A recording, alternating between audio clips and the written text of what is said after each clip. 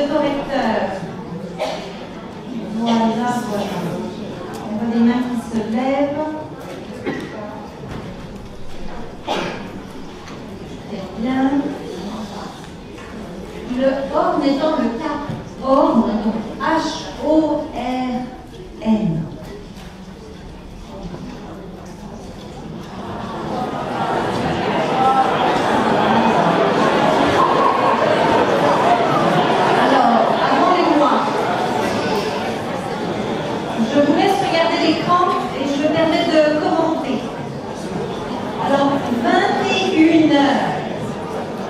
Alors, si vous êtes né avant 1990, probable, à cette époque, pas de trait d'union.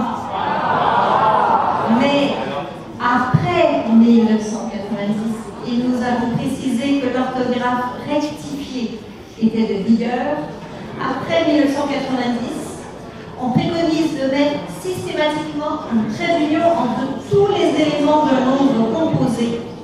Parce que ce nombre composé comporte un et ou pas. Alors pour 21 heures, un mot, un point.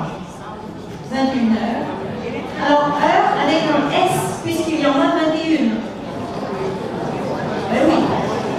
Ça a du sens. Parce que c'est un pluriel. Je vois une question.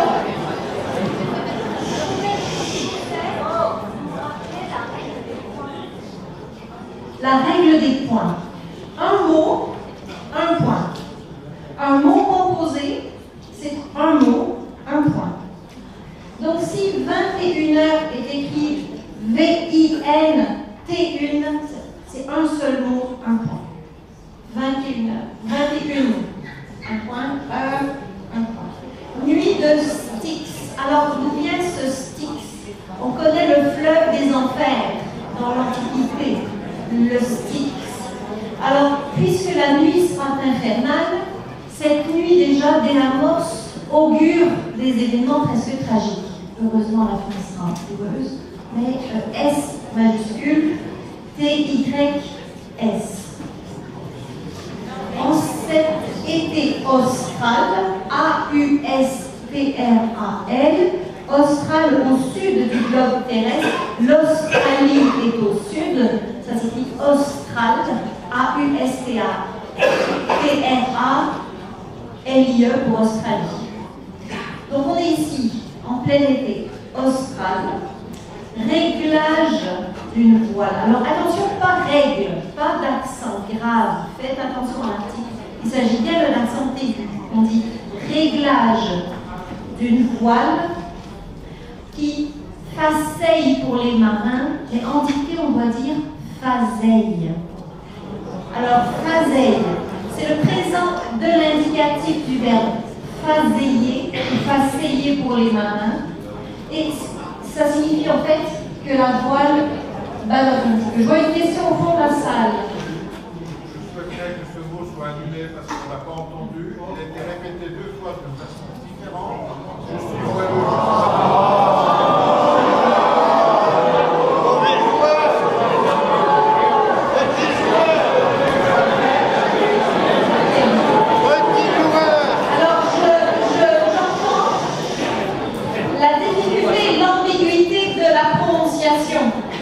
Alors la proposition c'est d'annuler le mot.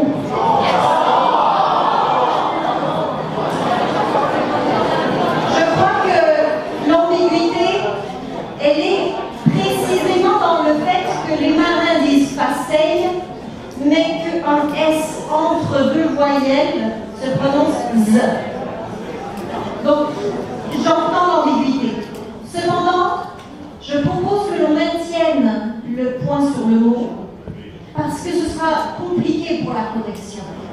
Je suis d'accord avec le désarroi, mais néanmoins, on doit tenir la base.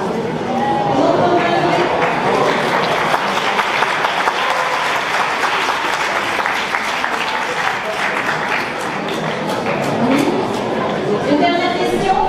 Oui, parce que je l'ai écrit correctement la première fois quand elle a été prononcée la première fois.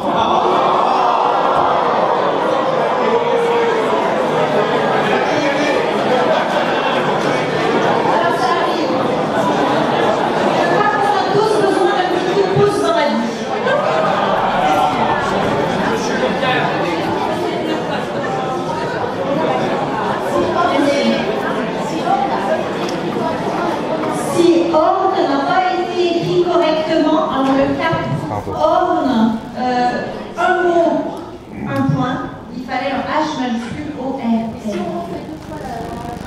À chaque fois que le mot apparaît, un point. Je voulais apporter une précision qui n'a pas été dite tout à l'heure, mais je crois que vous serez d'accord. Je la précise parce que vous avez dit réglage avec un accent aigu. On ne compte pas les fautes d'accent aigu ou grave. On compte, c'est écrit sur la copie, on compte les accents circonflexes et les trémas, mais pas les accents. Alors vous êtes un sauveur.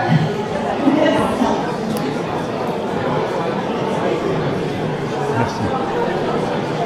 Alors on retourne dans ce bateau. On est dans un moment de vent qui commence à tourner. Donc on voit cette voile qui ballotte, comme on dit. Donc elle faceille ou faseille.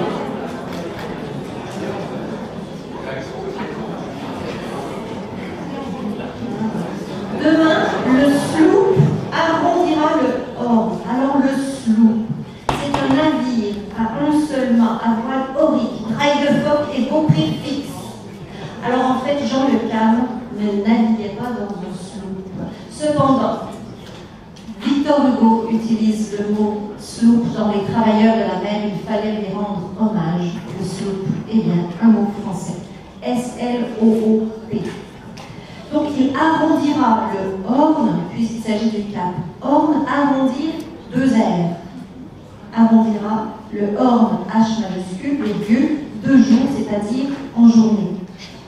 Et pourtant, il n'est que 22 heures. Alors, emmitouflé avec 2 M. Les noms démarrant par M, généralement, ne doublent pas le M, comme émondé, émané, mais ici, dans emmitouflé, on double le M. Alors, il faut dire pour la petite histoire que ce mot a fait débat entre votre président et moi. Parce qu'en plein été, est-ce qu'on est emmitouflé dans une moumoute?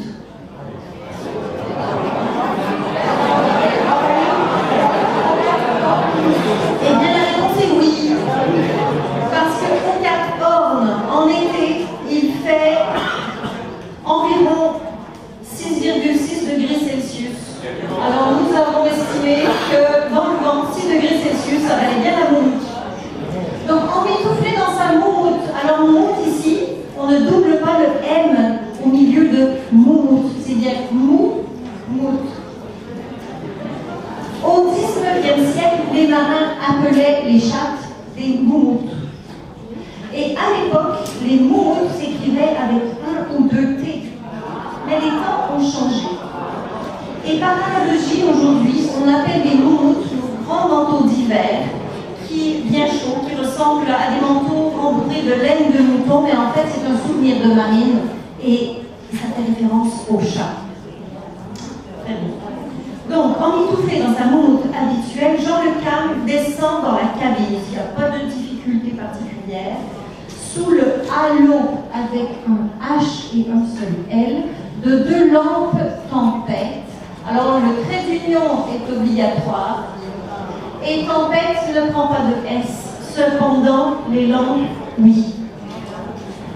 Alors, le président me dit qu'il n'y a plus de lampes tempête dans les bateaux. C'est trop dangereux pour le feu, probablement.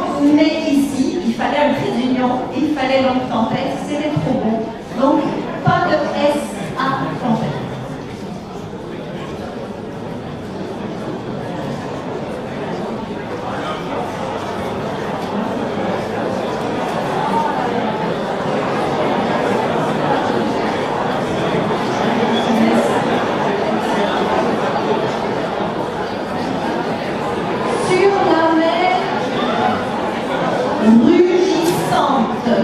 Alors, bien sûr, avec 2 S, c'est relativement accessible. Le bateau lofe et trace. Lofe, du verbe lofer. En marine, quand le bateau lofe, on dit qu'il est ardent. Et quand le bateau abat, on dit qu'il est mou. Mais ici, le bateau est ardent. Puis, tout un trac, sans trait d'union ici. Pas de trait d'union à tout à trac. Tout à trac signifie franchement spontanément, et le trac est l'allure d'une bête sauvage. Donc tout attrape, virgule, un choc, un ramdam énorme. Alors le mot ramdam est un mot très curieux, c'est un mot de saison, puisque ramdam signifie une sorte de manifestation un petit peu bruyante, un peu agitée. À l'origine, le mot ramdam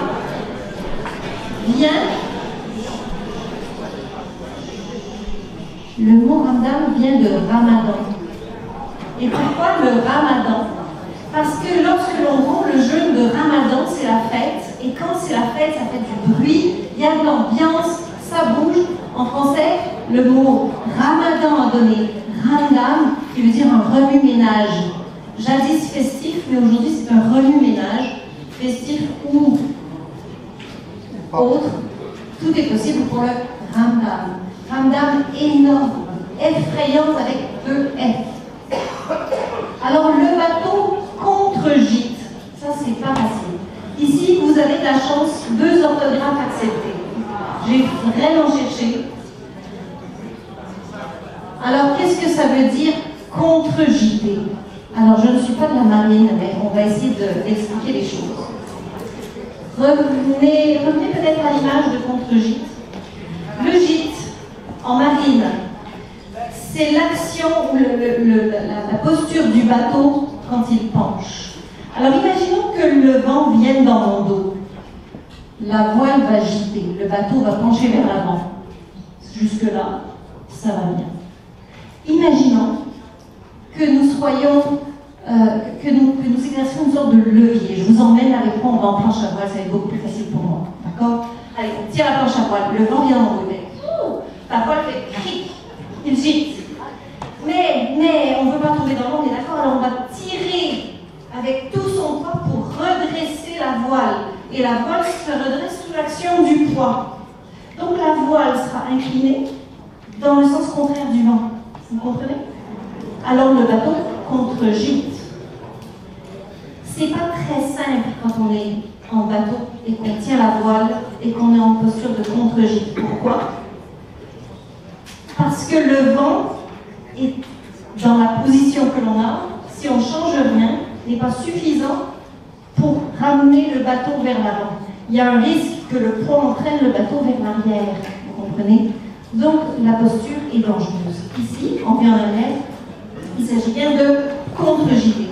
Contre-gîter en oignon ou donc avec un trait d'union.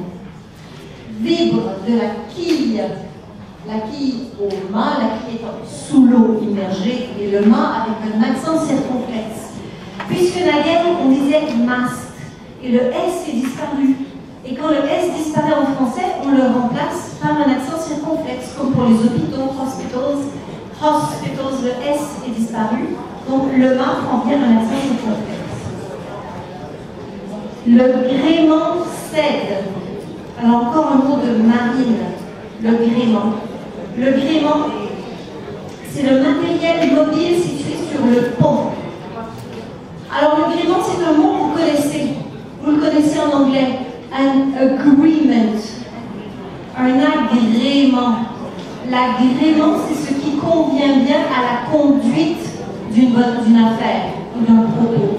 Agreement, le gréement, c'est au fond la même souche.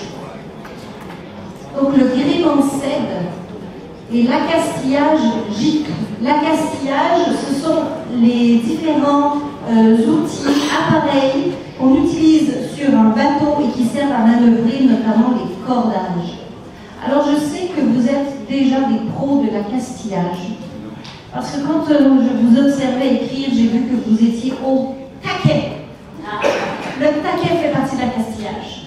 Quand on est au taquet, on est en fait en train de tirer sur le cordage pour tendre la voile. Et quand on est au taquet et que la voile est tendue au maximum, on ne peut plus rien donner, on ne peut plus rien faire, on est au bout de notre corde, on est au taquet. Donc vous êtes des pros du taquet, vous avez tous trouvé 2C à castillage et 2L à accastillage. L'accastillage gicle, La quille s'est sûrement disloquée, avec bien sûr, ici c'est assez courant, l'accent circonflexe sur sûrement et la corde avec disloqué.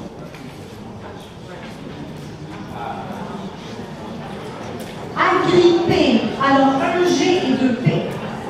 Agripper à la table, retourner à la verticale. Jean appuie sur la touche. Alors, préenregistrer. Préenregistrer s'écrit en un seul mot. Le préfixe pré n'admet pas de trait d'union. Par exemple, prévisualiser, il n'y a pas de trait d'union. Cependant, lorsque, après le préfixe pré, le second élément commence par une voyelle, le trait d'union est parfois utilisé, mais pas dans préenregistré. Préenregistré, un seul mot.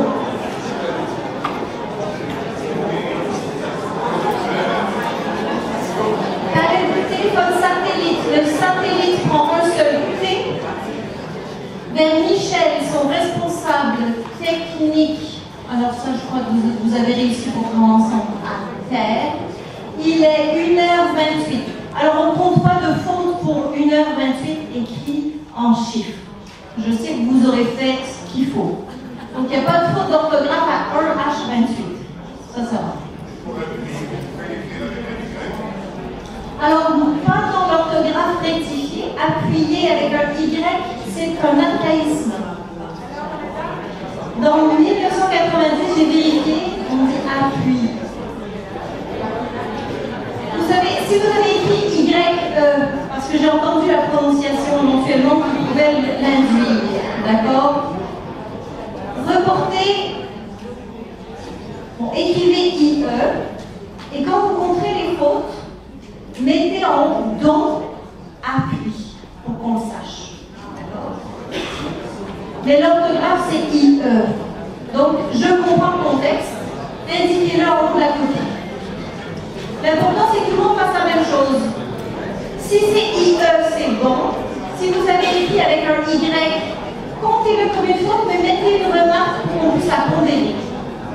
D'accord? Indiquez-le une question. S'il n'y a pas de majuscule, il est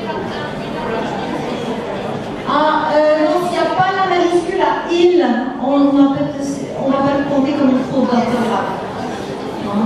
Il est 1h28. Michel, je suis couché sur l'eau, pas de difficulté.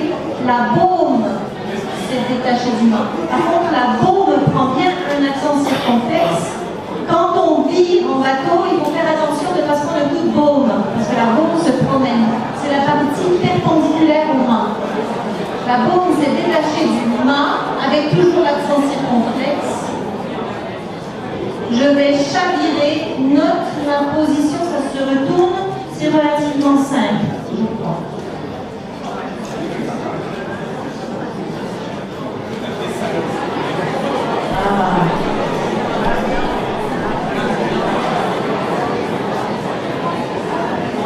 Le bateau a dessalé. Alors un petit mot sur le dessaler. Qu'est-ce que c'est qu'un bateau qui dessale?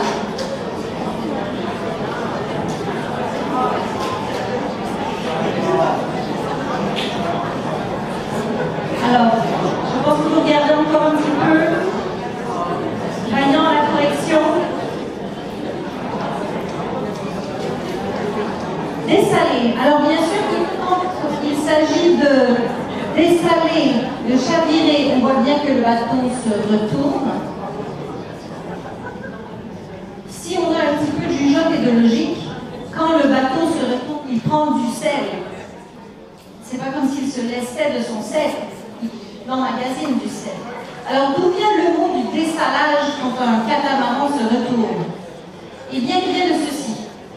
Les Inuits avaient des embarcations légères sur l'eau et faisaient parfois de grands voyages sur l'eau avec des marchandises. Pendant leur voyage sur la mer, Le bateau, par l'air, par le contact avec l'eau, prenait du sel. Ils avaient l'habitude, à l'arrivée, de chercher des eaux. Alors, je peux davantage parler du Québec parce que je vois de quoi il s'agit. On peut sortir du fleuve qui est salé, là-bas, et aller dans de l'eau douce par des bras qui mènent vers des lacs. Croyez-moi, je l'ai fait plusieurs fois. Ce que faisaient les Amérindiens, les Inuits, c'est qu'ils se retournaient dans leur bateau pour laver le sel du bateau dans de l'eau douce. Et ensuite se redressaient. Ça permettait aux kayaks notamment, ça donnait aux kayaks une plus longue durée de vie. Donc dessalage avec 2 S. Le pont posé sur le Pacifique, avec bien sûr un P majuscule, tout va bien. 1 à 1, les halogènes, un seul L. Les halogènes créent un halo. On avait le mot halo tout à l'heure. Le halogène génère un halo. S'éteignent dans la nuit. Anthracite. Anthracite avec un H. Anthracite comme du charbon. Anthracite. Puis les ordinateurs. Pas de difficulté majeure. La mer entre à gros bouillon par la porte entrouverte du cockpit CK. Cockpit, qui est un mot français. Et les secousses alentour, pas de S à alentour. Parce que ce n'est pas un adjectif alentour, c'est un variable. Alentour font couiner la carlingue relativement simple.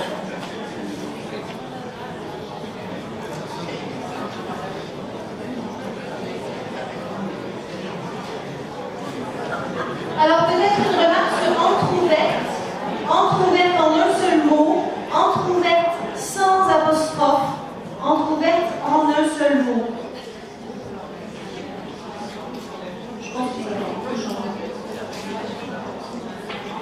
en 1 minute, Jean attrape des packs, P-A-C-K-S, les packs sont un mot français.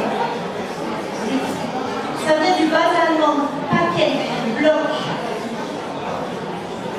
Le container de survie.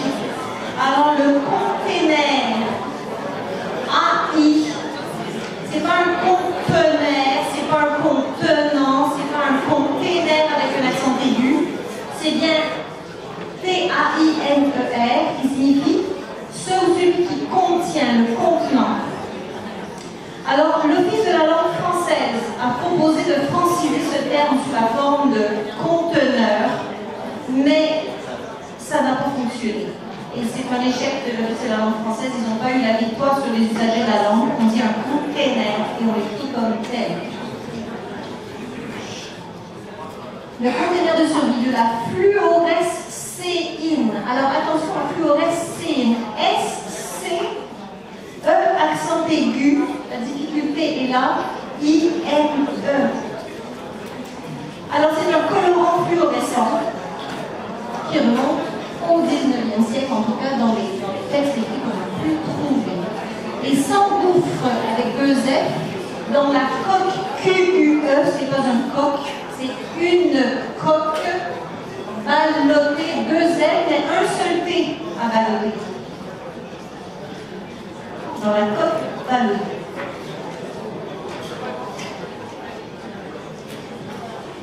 Il est presque sauvé, c'est simple. L'arrière du voilier, alors avec bien sûr 2 R, a coulé. Et pour sortir, c'est très simple. Immerger 2 M. On va vérifier bien sur les copies les 2 M à immerger.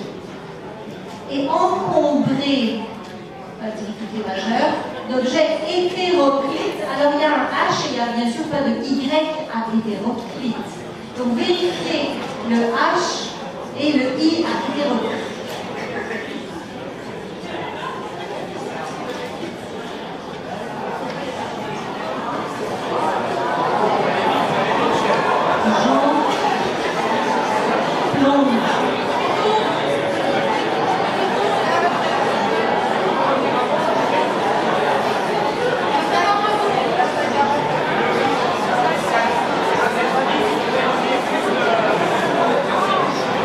Alors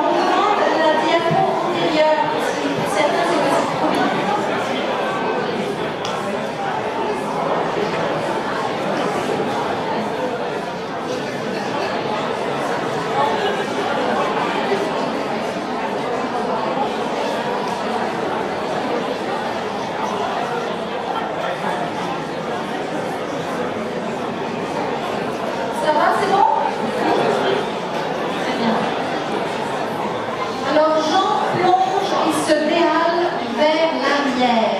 Alors se déhaler sans accent circonflexe.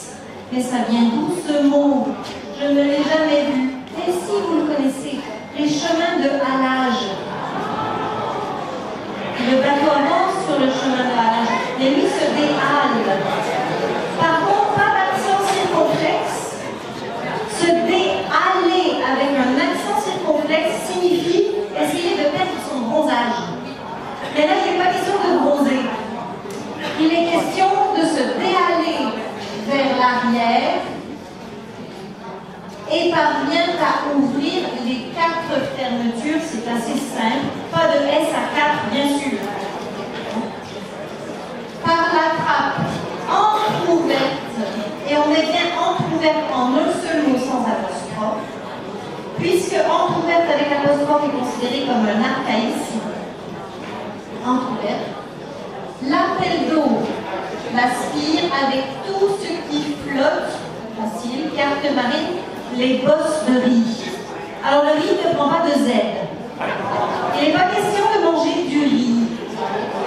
Les bosses de riz sont des cordages présents sur la partie inférieure d'une voile pour qu'on puisse y nouer un riz. Quand on fait un riz, on réduit la taille de la voile, souvent parce que le vent est trop fort.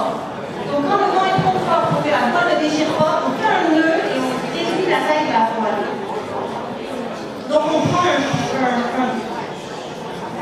et donc voilà, la spire avec tout ce qui flotte, carte marine, bosse de riz et bidon.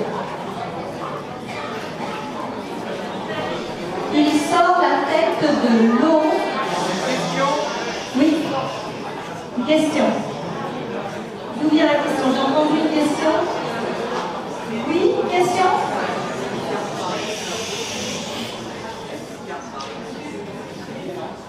J'ai pas entendu la question. Est-ce qu'on peut mettre carte marine au singulier?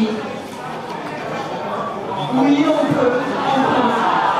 Carte marine, pourquoi pas? Si on en avait qu'une, on peut imaginer qu'il y en a une seule. Donc, les bidons aussi, du coup, c'est vrai. Alors, c'est un peu étrange quand on dit tout ce qui flotte, mais on peut jouer la corde parce qu'il n'y a rien grammaticalement qui l'empêche. Si vous avez choisi le singulier, pourquoi pas? Ça va. C'est pas une faute. La carte marine des bidons, oui. Au singulier. Alors les bosses de riz, ça c'est difficile et on est une seule. La bosse de riz, je retourne au texte, bougez pas. Carte marine. Alors écoutez-moi, on va essayer d'être clair. On va revenir à la diapositive avec carte marine. Est-ce qu'on peut revenir à la précédente?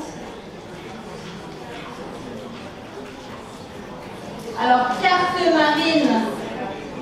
Moi je propose que si vous l'avez mis au singulier, vous avez probablement tout mis au singulier. Le champ.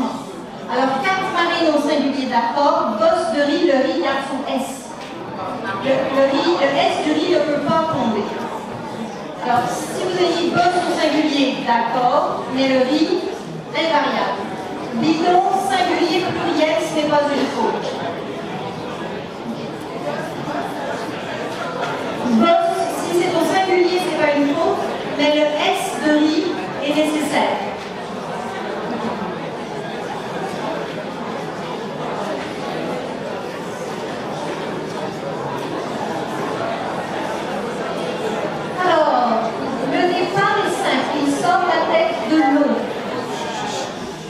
Alors vous voyez le Cap Horn est devant vous, c'est ça le Cap Horn.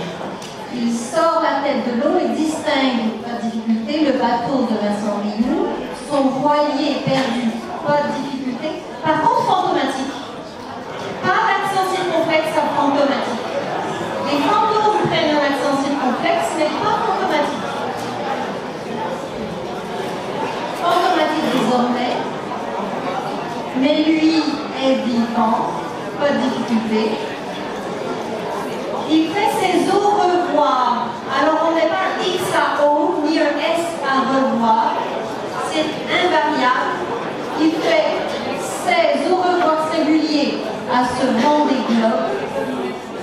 mais garde l'espoir immarcessible. Alors, ça vient du latin, 2 orthographes possibles. Alors, écoutez bien, IMM pour tout le monde. Vous avez ça?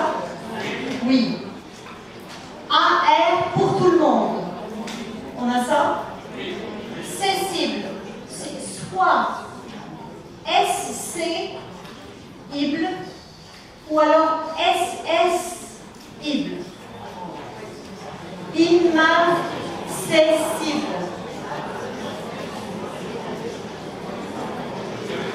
Qui ne peut se flétrir, impérissable. Il garde l'espoir, impérissable, immarcessible, de nouvelles aventures. Voilà.